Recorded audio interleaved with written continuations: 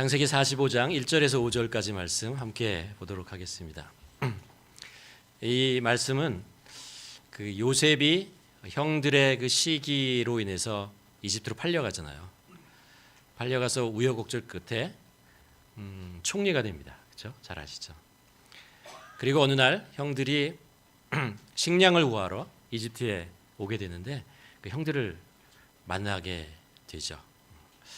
다시 두 번째 만났을 때입니다. 그때 형들에게 고백했던 이제 자신의 모습을 이제 드러내며 내가 요셉입니다라는 이야기를 하는 부분입니다. 저와 함께 한 절씩 교독하도록 하겠습니다.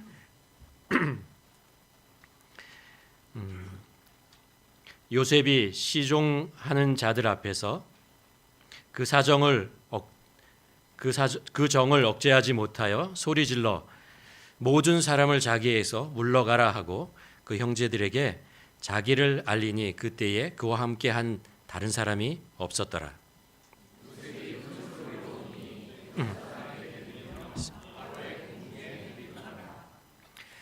요셉이 그 형들에게 이르되 나는 요셉이라 내 아버지께서 아직 살아계시느냐 나이까 형들이 그 앞에서 놀라서 대답하지 못하더라.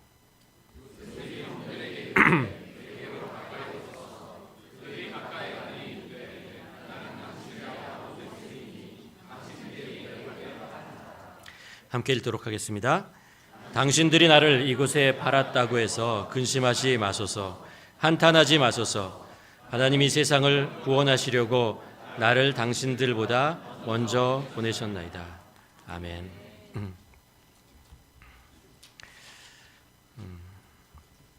지난 한 주간 제가 그 킹스폴드 기도원에 갔다 왔습니다. 캐나다에도 기도원이 있습니다. 여기 이제 사진을 올려드렸는데 커크랜에서부터 한 20-30분 정도 더 이제 북서쪽으로 올라가면 있는 곳인데 제가 보통 1년에 한 번씩 갑니다. 근데 이제 몇 년 동안 못 갔었거든요. 그러다가 오래간만에 가서 그곳에서 이제 기도하고 또 여러분께서 가정 기도문 제출해 주신 거 있잖아요. 그거 가지고 가서 또 놓고 기도하는 시간을 가졌습니다. 사실 제가 2026년 들어서 3개월 동안 안식월을 보내고 있습니다. 그 주중에는 사실 이제 조용히 보내고 주말에 이제 사역하고 이렇게 하는데 1월 달에는 그렇게 하고요. 2월 달에는 이제 2월 3월 달에는 제가 없습니다. 제가 잠깐 캘거리를 떠나서 안식하는 시간을 좀 갖게 되었습니다. 그 많은 분들이 힘든데 제가 쉬어서 죄송합니다.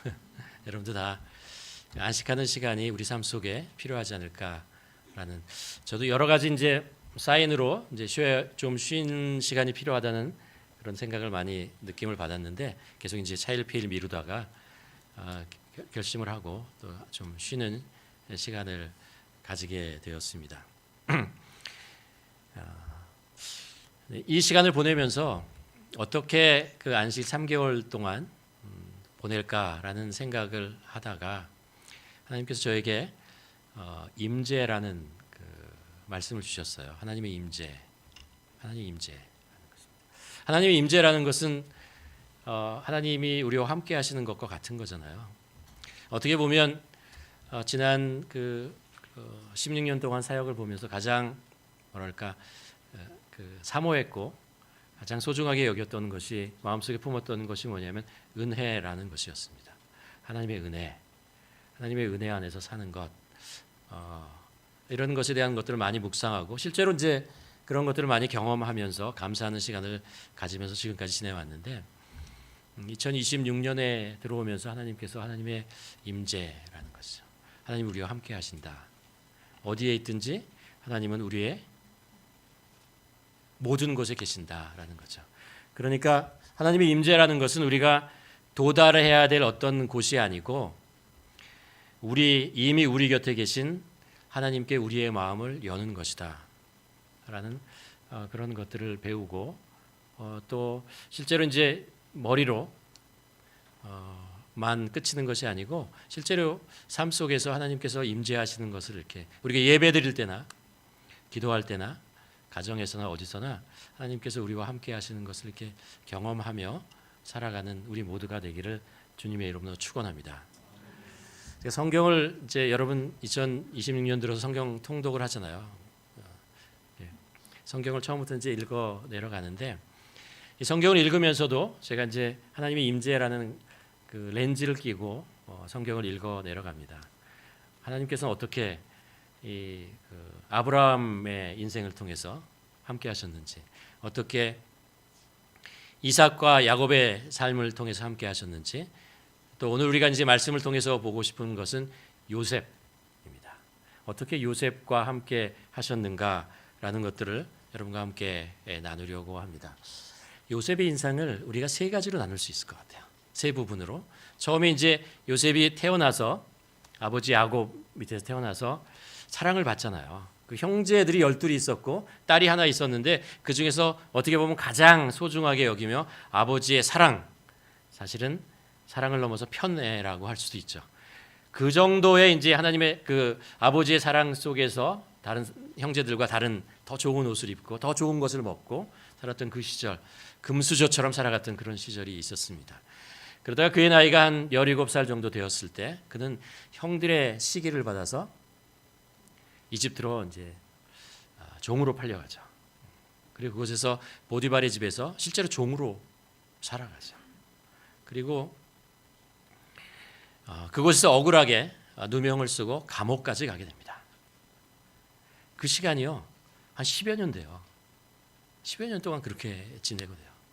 그러다가 30이 되었을 때 이집트의 왕 바로의 꿈을 해석하게 됩니다. 꿈을 듣고 해석하게 되면서 그의 인생이 또 한 번 반전을 이루게 되면서 바로가 그를 신임하게 되고 그리고 총리로 임명하죠. 이집트의 제2인자가 됩니다. 요셉이 생각했던 것 같아요. 나 지금 어떻게 여기에 와게 됐지? 그의 삶을 이렇게 보면 있잖아요. 정말 굴곡진 인생이잖아요. 살아왔는데 어떻게 하다 내가 이 이집트의 총리, 말도 안 되잖아요. 이집트 사람도 아닌데 총리로 살아가다가 총리가 되었을까라는 생각을 하게 되죠.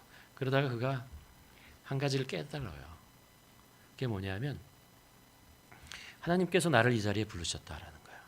하나님께서 나를 이 자리에 있게 하셨다라고 그가 깨닫게 됩니다. 그러면서 창세기 50장 20절에 가면 그 형제들에게 그런 이야기를 이제 해주잖아요. 그때 이렇게 얘기합니다. 당신들은 나를 해하려 하였으나 하나님은 그것을 선으로 바꾸사 오늘과 같이 많은 백성의 생명을 구원하게 하시려 하셨나니라. 그러니까 요셉이 총리가 된 것은 그가 똑똑해서나 아니 운이 좋아서나 아니면 하나님께서 그에게 그의 이름을 높여주기 위해서 그런 것이 아니고 구원하기 위해서다. 많은 사람들을 구원하는 자리로 불러주신 것이다 라는 그런 고백을 하게 되죠.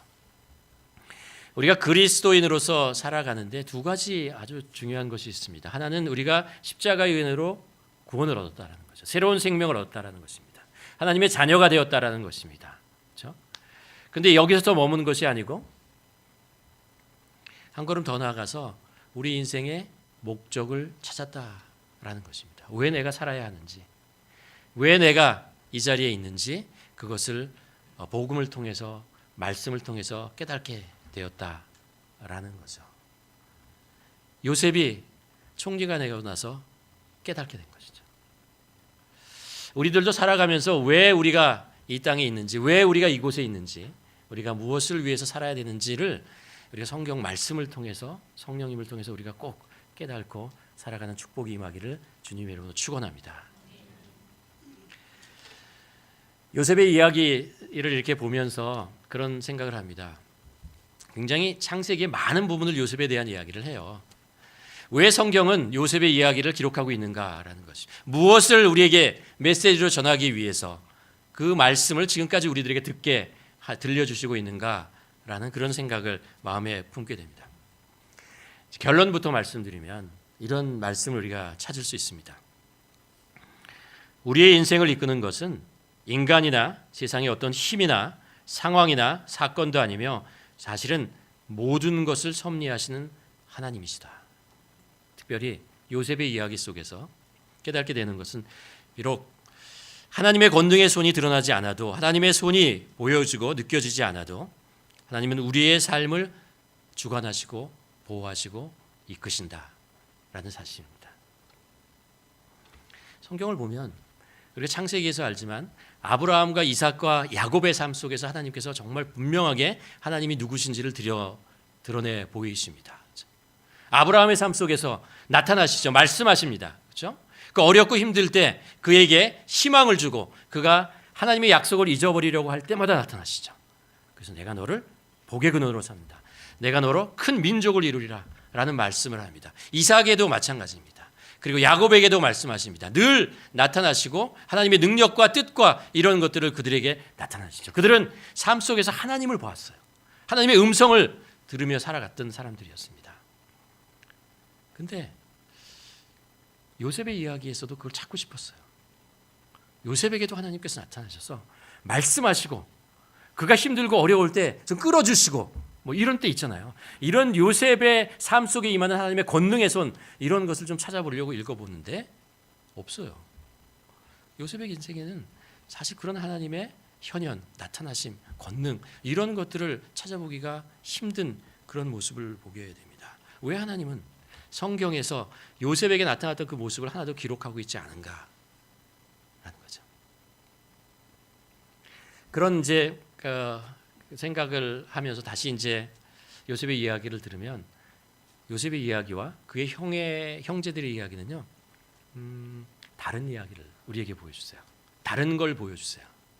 어떤 걸 보여주냐면 인간을 보여줘요. 인간이 누구인가라는 걸 보여줍니다. 성경은 두 가지를 우리에게 가르쳐 주신다 그랬잖아요. 하나는 하나님이 누구신가를 가르쳐 주고 하나는 인간이 어떤 존재인가라는 가르쳐 주는 책입니다. 우리가 성경을 읽으면 그래서 마치 거울 앞에서 나의 벌거벗은 모습을 보는 것 같은 그런 느낌을 받게 됩니다. 우리가 사울과 다윗의 이야기를 막 읽다 보면요, 다윗에게서 나의 모습을 찾는 것이 아니고 사울에게서 우리의 모습을 발견하게 됩니다. 성경은 계속해서 인간이 어떤 존재인가라는 것들을 우리에게 가르쳐 주고 있다는 것입니다. 그래서 요셉과 그의 이야기를 통해서 우리는 먼저 보게 되는 것이 뭐냐면 하나님이 아니고요, 인간을 먼저 봐요. 인간이 어떤 존재인가라는 것을 보게 됩니다. 몇 가지 요셉과 그리고 요셉의 형제에게서 나타난 모습을 보면요, 첫째가 이런 거죠. 인간이 얼마나 무서운 존재인가, 잔인한 존재인가라는 것을 알 수 있습니다. 요셉과 요셉의 형제는 형제예요. 같이 자랐다고요. 같이 자라 이러는데 요셉이 아버지의 편애를 받는다는 것 때문에 시기하고 질투하게 되죠. 그리고 어느 날 들에서 양을 치고 있을 때 요셉이 오는 것을 보고 생각하죠. 요셉을 죽여야겠다고 생각해요. 어떻게 그런 생각을 하죠? 자기 동생인데 그래도 10여 년 동안 같이 한솥밥을 먹고 자랐는데 죽인다고 생각해요. 그러다가 결국 어떻게 하냐면 노예로 팔아버려요. 이집트로 팔아버리죠. 그게 원수 사이에서 이루어진 게 아니고요, 집안에서 일어나는 거예요. 형제 사회에서 일어나는 것입니다. 나중에 보면 세검이라는 이제 돌아와서 이런 일이 있습니다. 그의 형제 중에 그 딸이 하나 있었잖아요. 디나라는 딸이 있었는데 그 세검에서 세겜의 그 아들에게 겁탈을 당합니다. 그래서 형들이 화가 나죠. 그래가지고 어떻게 하냐면, 근데 그 겁탈했던 그 세겜이 뭐라고 그러냐면, 근데 난 사실 그냥 순간적인 역종이 아니고 나는 디나를 사랑한다라고 얘기해요. 결혼하고 싶다. 나에게 달라. 간청을 합니다. 그래서 주겠다고 약속을 해요. 근데 대신 조건이 하나 있다고 얘기하죠. 우리의 민족은 반드시 할례를 받아야 된다. 그리고 할례를 받게 합니다. 그 성에 있는 모든 남자들에게 할례를 받아야 된다. 그 약속을 받아내고 하죠. 그리고 할례를 받게 한 후에 어떻게 하죠? 남자들을 다 죽여버려요. 다 죽여버려요. 인간은 아무리 가까운 사람이라도요, 자기의 이익이나 아니면 자기의 기분을 상하게 하나 이렇게 하면요, 잔인해져요. 정말 원수처럼 대하기도 하고 싸우기도 하고 그렇게 살아가는 것이 인간이다라는 것입니다. 어떤 사회학자는 이렇게 얘기하잖아요. 인간이 발전한 이유는 인간의 욕심 때문이다. 아니면 그거보다 더 큰 것은 시기심 때문이다라고 얘기합니다. 시기심을 자극시키면 사람들이 무언가를 자꾸 한다는 거예요. 자꾸 새로운 것들을 만들어내고 더 큰 것들을 만들어낸다는 것입니다. 아이러니하게도 야곱이 13명의 자녀를 갖게 된 이유가 뭐죠? 시기심 때문에 그래요. 그의 아내였던 레아와 라헬의 시기심 때문에 13명의 아들을 갖게 돼요. 인간이 가지고 있는 이 모습을 보여주죠. 두 번째는 위선입니다. 이 형들이 야곱을 팔아버리고 나서 어떻게 하냐면 야곱의 옷을 벗긴 후에 거기에다가 동물의 피를 하는 거죠. 발라가지고 아버지 야곱에게 데려가서 뭐라고 하냐면 요셉이 동물에 물려서 죽은 것 같습니다. 이렇게 동물의 피와 함께 사라졌습니다. 라고 거짓말을 해요. 그리고 거짓말을 20년 동안 해요. 계속 아버지 죽었다라는 거예요. 동물 때문에 죽었다라는 것입니다. 그 아버지 앞에서는 그렇게 얘기를 하는데요. 사실은 가만히 읽어보면 이 형제들이요 속으로는 굉장히 죄책감에 쌓여 있어요. 자기 동생을 팔아먹은 거에 대한 죄책감 속에서 살아가요. 그래서 무엇인가 어려운 일이 생기고 고난이 생기고 힘든 일이 생기면 뭐라고 생각하냐면 내가 요셉에게 했던 일에 대한 벌을 받는구나라고 생각을 해요. 인간은 겉으로는 굉장히 멀쩡한 것 같고 거룩한 것 같고 착한 것 같고 이런 것 같지만 사실 그 속에 인간의 모습에 가면 욕심과 시기와 질투와 교만 이런 것들이 스물스물 그 안에 숨겨져 있다는 것입니다. 어느 누구도 완전한 자가 없고 어느 자도 겉으로 보는 것만큼 그렇게 선한 사람이 있는가라는 질문을 하게 됩니다. 또 하나 이들의 모습 속에서 보는 것은 기회주의예요. 뭐냐면 요셉이 별 볼 일 없을 때 있잖아요. 동생으로서 정말 수적으로나 형들의 수적으로나 별 볼 일 없은 아무도 없을 때 만났을 때 그를 살려달라고 그러잖아요. 요셉이 살려달라. 형들 제발 저를 살려주십시오라고 비는데 안 받아들여줘요. 동생이 그러는데 그냥 팔아버려요. 그러더니 나중에 요셉이 총리가 되고 나니까 그 앞에 섰을 때 자신의 힘이 도저히 요셉과 상대가 안 된다는 것을 알고 나서요. 그 안에서 무릎 꿇고 빌지요. 살려달라. 빚습니다. 이게 인간의 모습 아닙니까? 상황에 따라서 형편에 따라서 내가 어떤 위치에 있으면 있잖아요. 내가 대단한 사람이 된 것처럼 생각을 하죠. 가끔 이제 농담처럼 이런 이야기를 하는데 좋은 차를 타면 내가 좋은 사람이 된 것 같은 느낌을 받고 안 좋은 차를 타면 내가 별 볼 일 없는 사람 된 것 같은 그런 생각이 우리 안에 들어. 좋은 옷을 입으면 내가 좋은 사람이 된 것 같고 허름한 옷을 입으면 허름한 사람이 된 것 같이 그렇게 스스로를 평가한다라는 거죠. 이중잣대, 자기 합리화, 정당화, 생존을 위해서 안전을 위해서 성공을 위해서는 이것을 상황에 따라서 왔다 갔다 하는 것이 인간의 모습이라는 것입니다. 결국 인간은 연약해요. 연약합니다. 이 모든 악과 이 모든 것들의 굴레를 벗어날 만한 능력이 인간에게 없다라는 거예요. 없다라는 거예요. 겉으로는 강한 것 같아도 그 속에는 늘 걱정과 근심과 두려움 이런 것들이 자리 잡고 있는 것이 바로 인간이다라는 것을 성경이 가르쳐 주고 있죠. 여기에 요셉이 사는 거예요. 요셉이 그 상황 속에서 살고 있는 것입니다. 요셉도 예외가 아니었어요. 그 상황 속에서. 그리고 그런 모습을 가지고 있는 존재였습니다. 그렇다면 요셉은 그런 시기와 질투와 이기심과 이런 속에서 살아가는 속에서 과연 요셉이 살아남을 수 있을까라는 거예요. 이 연약한 존재 있잖아요. 나중에 형들 피부치 안에서도 그렇게 대접받고 힘들었던 존재가 이집트라는 곳에 가서 생소한 곳에서 과연 요셉이 살아남을 수 있을까라는 이야기를 하고 있는 것입니다. 그리고 내용은 뭐냐? 살아날 수 없는 것처럼 보여요. 열심히 그래도 보디발의 집에서 일했는데 나중에 가서 어떻게 되죠? 거기서 오해가 아니죠. 그 죄를 뒤집어쓰고 감옥으로 갑니다. 그곳에서도 무엇인가 선한 일을 하려고 애를 썼는데 거기서 배반당하고 그렇게 살아가는 거죠. 요셉은 도저히 모든 상황 속에서 살아남지 못할 존재라고 보여지고 그렇게 되는 거죠. 거기다 또 하나 있어요. 뭐냐면 왜 하나님은 가만히 있어요? 왜 하나님은 요셉이 이렇게 어려운 상황 속에 놓여 있는데 그것을 계속해서 그의 상황을 좀 더 악화시키고 어려운 상황 속으로 계속 몰고 가고 있느냐 말이에요. 요셉이 기도 안 했겠어요? 그들도 믿음의 가정에서 태어났는데, 그렇죠? 계속해서 그랬는데 하나님께서 왜 그 기도를 들으지 않으시고 그를 계속해서 더 나쁜 곳으로 몰고 가시느냐라는 것입니다. 그것이 성경이 우리들에게 겉으로 선상으로 보내주는 그런 모습이죠. 그런 모습입니다. 그 속에서 우리가 과연 하나님의 모습을 찾을 수 있을까? 근데 있어요. 우리가 성경을 읽는 이유가 그거죠. 도대체 하나님은 어디 계신가라는 거죠. 이 요셉의 삶 속에 하나님은 어디 계신가라는 것입니다. 내가 살아가는 이 인생 속에 하나님은 도대체 어디에 계신가라는 거죠. 그렇죠? 그럴 때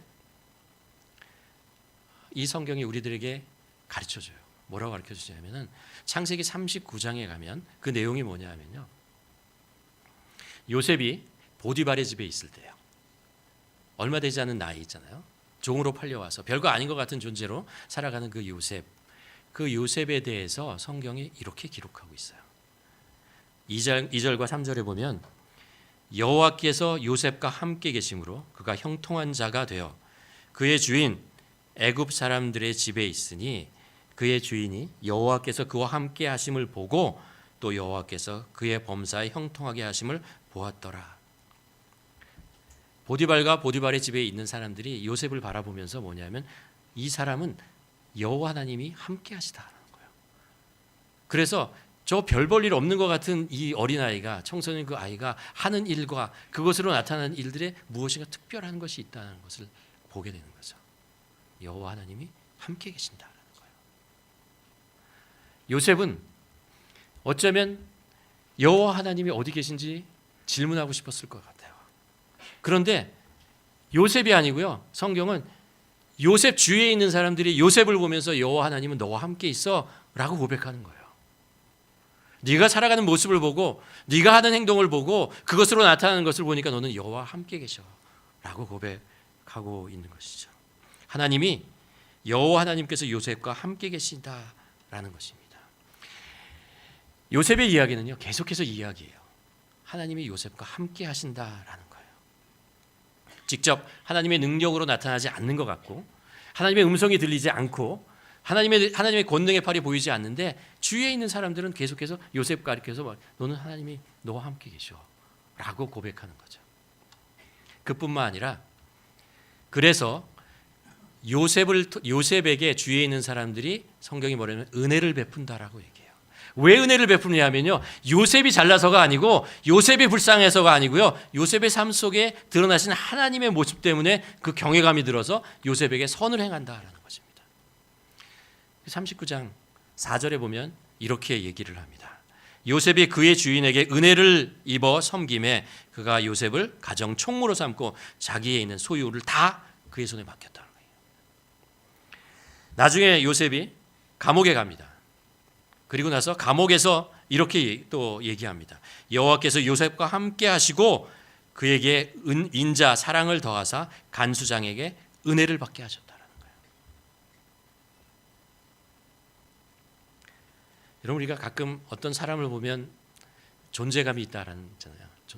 어떤 사람이 딱 나오면 저 사람은 존재감이 있다. 뭔가 이렇게 나타나면서 이렇게 주목되어진 사람이잖아요. 존재감이 있다라는 이야기를 합니다. 요셉에게 그런 존재감이 있었다라는 거예요. 그가 처한 형편이나 그가 가지고 있는 뭐 어떤 그 자격이나 아니면 뭐 이런 것으로 보면 별것 아닌데, 잖아요. 그는 고난과 힘들과 어려움과 종과 죄수와 위치에 자리에 있는데 그를 보면 뭔가가 보여요. 라는 거예요. 그게 존재감이 느껴진다라고 얘기하는 거예요. 그 존재감이 뭐냐면 하나님의 존재감이에요. 하나님이 함께 계신다. 그들이 하나님을 믿지 않았으니까 그런 거죠. 뭔가 신이 거룩함이 함께한다라고 생각했던 것이겠죠. 거꾸로 이런 경우도 있죠. 어떤 사람은 무엇인가를 막 하는 것 같은데 존재감이 아니라 인간의 냄새가 나면서 가까이 가고 싶지 않은 사람들이 있습니다. 그런데 어떤 사람은 무엇을 많이 해서가 아니라 그 말하는 것과 풍기는 어떤 그런 거 있잖아요. 그런 게 때문에 존재감을 느끼고 그 사람에게 가까이 가고 싶은 그런 느낌을 받습니다. 성경에 보면 저는 신약에서 바나바라는 사람이 그렇다고 생각합니다. 바나바잖아요. 사실 12명의 제자에 속하지도 않았고 그 이름이 잠깐 나왔다 사라진 그런 사람이지만 성경은 안디옥에서 그가 사역하는 모습을 보고 이렇게 얘기를 하죠. 바나바는 착한 사람이요 성령과 믿음이 충만한 사람이라 이에 큰 무리가 죽게 더하더라 라고 얘기를 합니다. 무슨 얘기냐면 이 바나바 때문에요. 바나바 때문에 바나바를 통해서 많은 사람들이 예수 그리스도에게 찾아왔다는 거예요. 교회로 찾아왔다는 거예요. 바나바가 가지고 있는 어떤 존재감, 그 존재감이라는 게 뭐냐면 성령이 충만해서 그러냐. 하나님이 함께 하시는 것을 보고 바나바의 삶 속에서 찾아왔다. 요셉은 의도적으로 강한 자로 가장하지 않았습니다. 실제로 요셉은 그럴 만한 아무것도 가지고 있지 않았어요. 그런데 그 안에서 하나님의 존재감이 나타난 거죠. 요셉의 존재감이 아니라 하나님의 존재감이 요셉에게 나타났다라고 얘기합니다. 여기서 우리가 이전에 나눴던 말씀을 한번 잠깐 돌아가게 됩니다. 뭐냐 하면 그럼 어떻게 요셉에게는 하나님의 존재감이 나타나는 거지? 라는 거죠.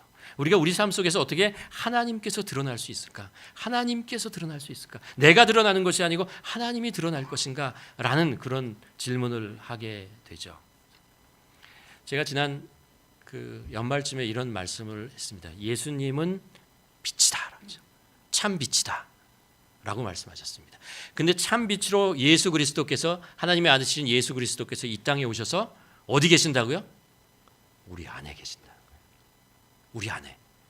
예수 그리스도가 참 빛으로 우리 안에 계신다라는 것입니다. 그러면 그리스도인의 삶은 무엇이냐면 참 빛으로는 우리 예수 그리스도를 밖으로 드러내는 자들이라는 거죠.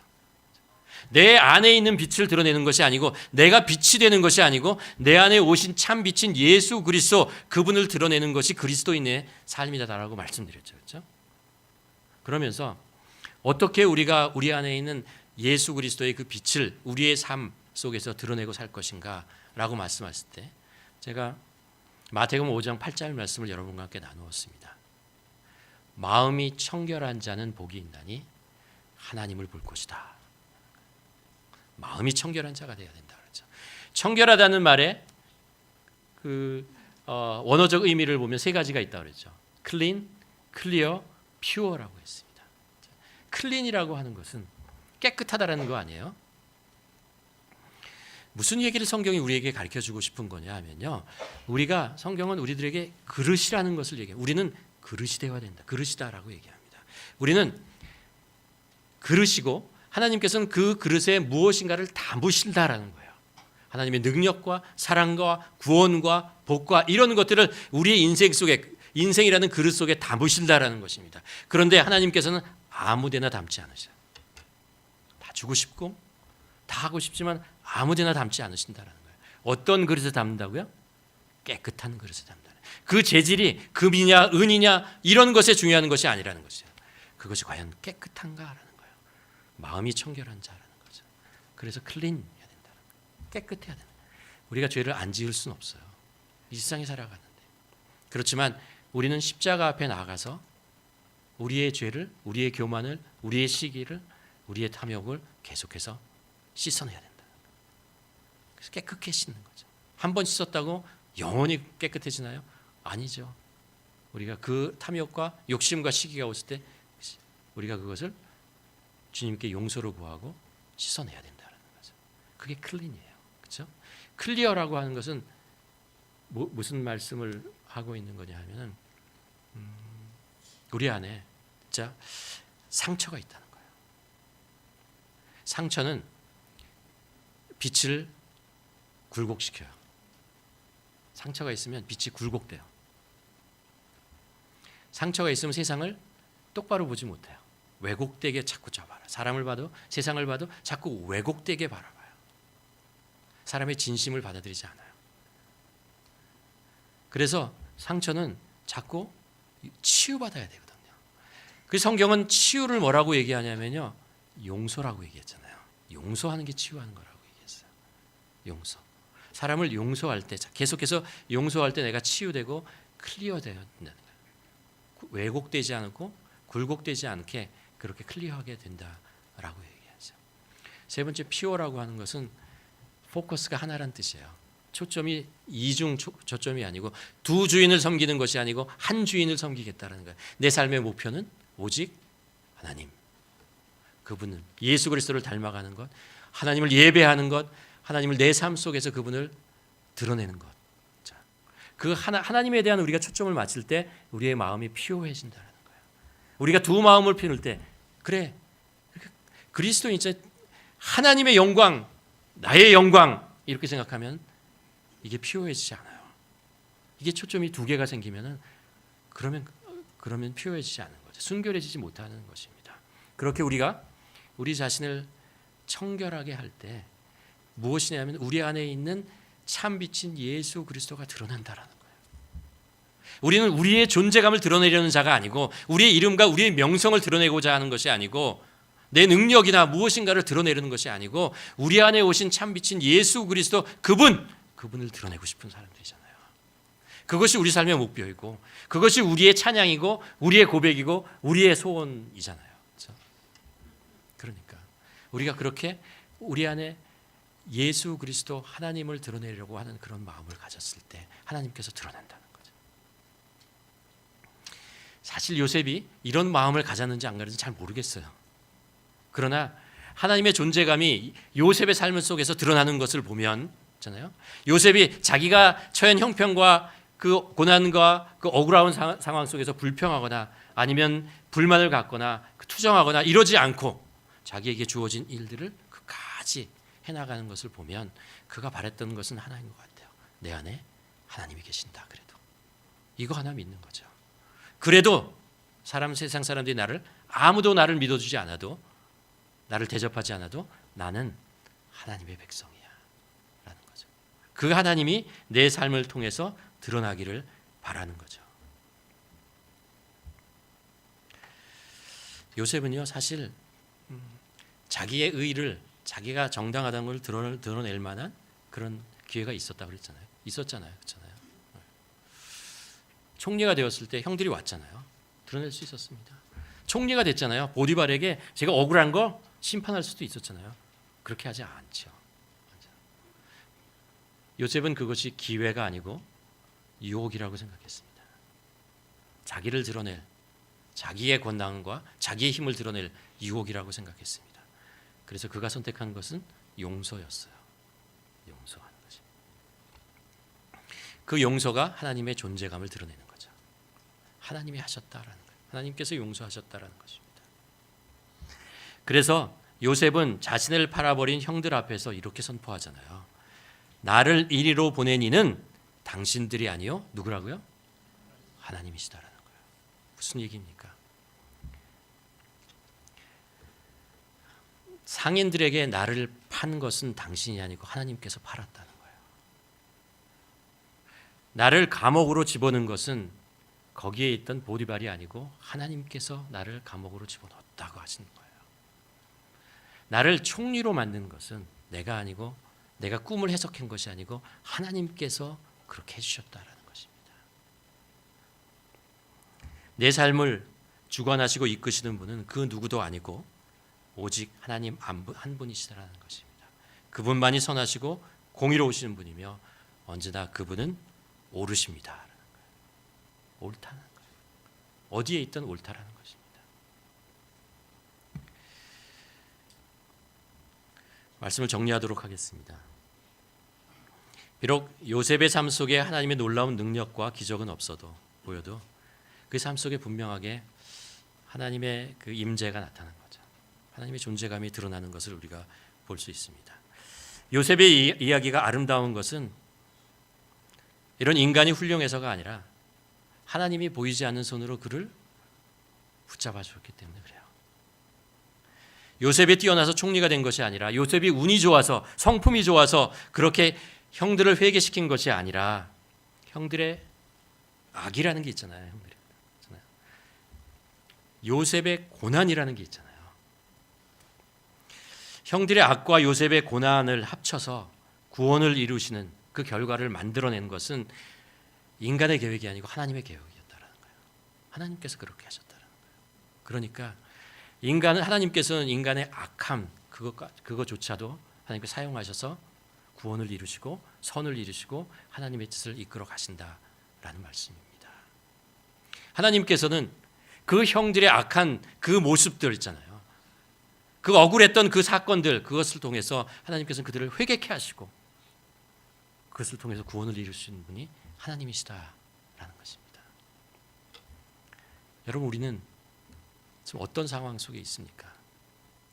야곱에게서 한번 생각해 보시죠. 야곱이 아버지 밑에서 정말 행복하게 살았던 그 모습일 수도 있고, 아니면 고난의 억울한 상황 속에 아무 힘이 없는 존재라고 생각하는 그런 상황일 수도 있고, 이제 좀 무엇인가 됐다, 준비됐다, 이제 좀 걱정이 덜해졌다라고 생각하는 그런 상황일 수도 있죠. 내 힘으로 무엇을 해내서 이루었다라고 생각할 수도 있고, 내 힘으로 해봐야 아무것도 없다라고 생각할 수도 있습니다. 왜 하나님은 안 나타나시는 거나? 왜 그전에는 기도할 때 하나님께서 응답하셨는데 왜 이제는 내가 기도하고 있는데 더 힘들고 어려운 상황인데 하나님은 나에게 아무것도 보여주지 않으신가? 라고 생각할 수도 있죠. 그러나 어떤 상황, 어떤 형편에 있던 하나님은 우리와 함께 계시다라는 거예요. 하나님은 우리를 놓지 않으시고 우리를 붙드시고 그리고 우리를 지켜나가신다는 것입니다. 심지어 악한 것도, 그것도 하나님께서는 선하게 쓰신다는 것입니다. 그래서 하나님의 선을 이루신다는. 왜 그러냐고요? 우리가 하나님의 자녀이기 때문에 그래요. 하나님은 선하시기 때문에 그래요. 이루신다는 것입니다. 여러분, 한번 여러분의 삶 속에 적용해 보시길 바랍니다. 나를 이리로 보내시는 이는 당신들이 아니요 하나님이십니다 라고 고백할 수 있는 우리가 되기를 바랍니다. 또 하나 우리가 마음속에 소원했으면 좋겠습니다. 요셉의 삶 속에서 요셉이 있는 곳에 형통이 있었잖아요. 형통. 요셉에게만 형통이 있는 것이 아니고요, 요셉이 있었던 보디발의 집도 형통했어요. 요셉이 감옥에 있었잖아요. 감옥도 형통했어요. 요셉이 총리가 됐잖아요. 이집트에도 형통했어요. 우리에게 소원이 하나 있었으면 좋겠습니다. 우리가 우리 삶 속에서 하나님의 존재, 하나님의 살아계심을 우리가 드러내는 삶을 살겠다고 고백하고 나아갈 때 우리가 있는 그곳에 하나님의 복이 임하기를 우리가 기도했으면 좋겠습니다. 우리의 가정과 우리의 일터와 우리가 있는 모든 곳에 그 선하신 하나님의 뜻이, 그 복이 우리에 있는 주위에 있는 사람들에게 나타날 수 있도록, 이것이 우리의 기도의 제목이 되고 이것이 우리의 소원이 되는 그런 삶을 살아가는 우리 모두가 되기를 주님의 이름으로 축원합니다. 기도하시겠습니다. 시간 한번 기도했으면 좋겠습니다. 여러분의 삶 속에 하나님의 존재감이 드러나고 있습니까? 하나님의 손이, 하나님의 권능이 여러분의 기도에 하나님께서 응답하시는 것을 듣고 계십니까? 하나님이 함께 계시기 때문에 그렇습니다. 혹시 여러분의 삶 속에 지금 하나님의 권능과 하나님의 능력이 보이지 않고 기도의 응답이 희미하고 들리지 않을 그런 상황 속에 있습니까? 그래도 하나님은 함께 계십니다. 임재하십니다. 시간 기도하며 하나님, 내가 요셉처럼 어떤 형편에 있던, 내가 종으로 있던, 죄수로 있던, 총리로 있던, 어떤 상황에 있던 하나님은 나와 함께 하셨습니다. 나를 이리로 보내신 것은 어떤 상황과 형편과 나의 능력이 아니고 하나님께서 하셨습니다. 그리고 계속해서 하나님은 나의 삶을 이끌어 가실 것을 믿습니다. 이 시간에 기도하며 그 하나님의 존재감을 드러나는 우리의 삶 속에 하나님의 복이 우리 주위에 형제들에게, 이웃에게 나타나도록 주님 도와주시옵소서. 함께 기도하시겠습니다.